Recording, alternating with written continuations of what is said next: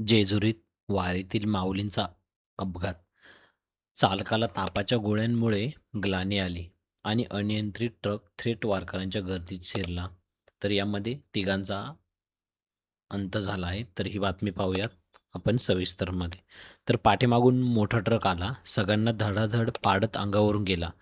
माऊलींच्या पालखीत नक्की काय घडलं? प्रत्यक्षदर्शी महिलेने सांगितला थरकाप करणारा प्रसंग.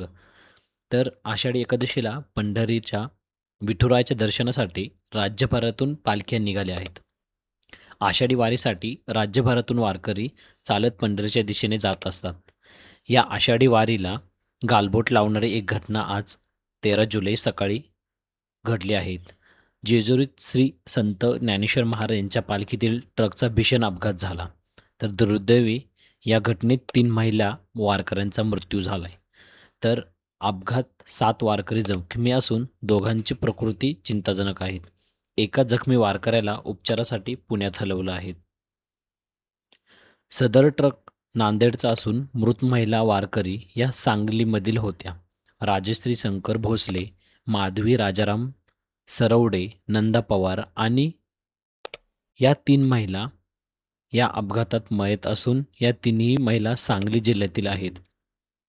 वारीसाठी ट्रक शिधा घेऊन जात होता. ट्रकचा ड्रायव्हर 70 वर्ष वयाचा होता.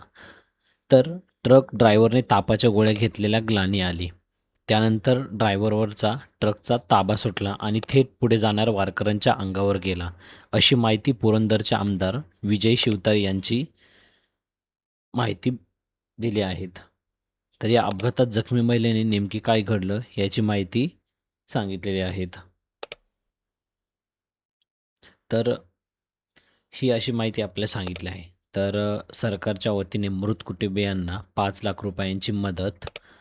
तर पुणे जिल्ह्यातील जेजुरीत जवळ झालेल्या अपघात 3 वारकऱ्यांचा दुर्दैवी मृत्यू झाल्याची घटना ही अत्यंत वेदनादायक आहेत. तर या दुर्घटनेत मृत वारकऱ्यांना भावपूर्ण श्रद्धांजली आपण अर्पण करतो. या अपघातातील जखमी वारकऱ्यांना तातडीने जवळच्या रुग्णालयात दाखल करण्यात आले असून त्यांच्यावर आवश्यक उपचार सुरू आहेत.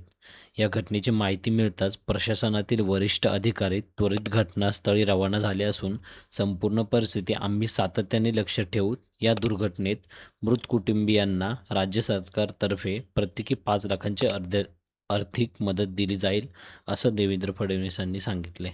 तर आपण या बातमीमध्ये इथेच थांबूया. धन्यवाद.